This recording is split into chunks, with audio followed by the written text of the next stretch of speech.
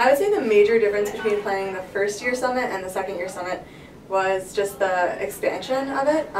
We now are having 800 attendees come instead of 400 last year, so that just doubles the amount of food that we need, the amount of bags that we need, and the amount of people that we have to logistically move from thing to thing throughout the day. And everything that we order has to be 800 of them. So I would say predominantly it's been that difference, the amount of people we have. But kind of, I think, since people knew what OWN IT was on campus, we had a little bit more of people vocalizing, hey, you should include this, or you shouldn't do that. So that was kind of a challenge, but also an exciting sort of expansion moment for us. For Baghaee.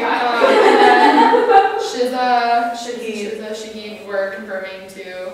She knows she's coming, but she doesn't. We really want to engage speakers that are younger, more approachable, less developed in their careers, or also just people who have really interesting stories.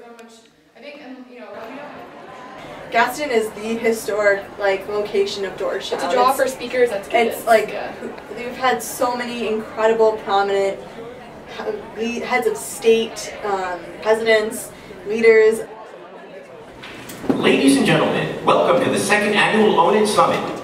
Please welcome to the stage co-founders and co-chairs of the OWN IT Summit, Helen Brosnan and Kendall Sace-Mayara.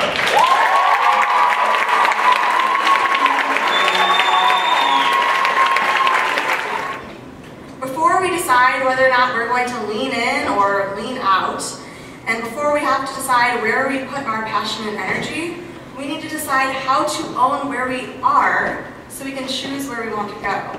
And that's what today is all about.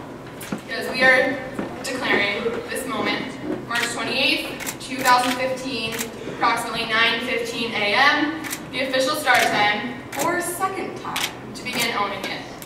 Whatever that may look like for any of you. There is a massive gender problem in the tech industry that they pretend is not there by calling it unconscious bias, which, as I've said many times, is an excuse for laziness and ignorance.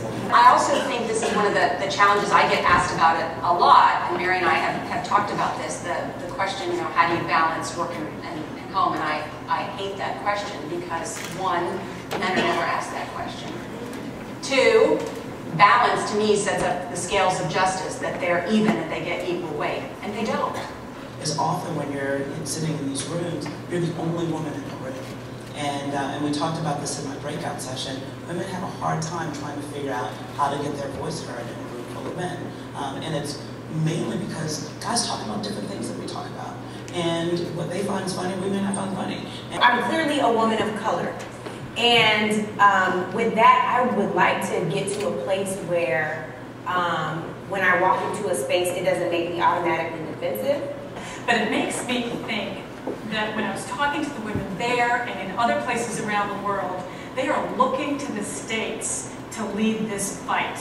There are some other countries that are doing better with more women in politics, more women quotas and CEOs than we are, but still the U.S., they are just looking for people like you guys, people in business and cartoons and TV, and so we have a lot on our shoulders, and we can do it. We can do it because the rest of the world needs us too. If you feel some way and you have this very personal experience and this very personal passion, there are other people who feel that way. And it's about being open about the way that you feel so that you can find those people and validate yourself and to validate them in that as well. I think confidence is key, and preparation builds confidence, and then confidence equals success.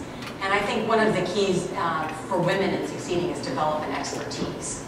So develop an expertise in a subject. Just go for it, just try it, and put yourself out there. And having interviewed hundreds of successful people all over the world, from Paul McCartney to, the princess in Tokyo, every single one of them failed at something early on. It's not like it's just like that.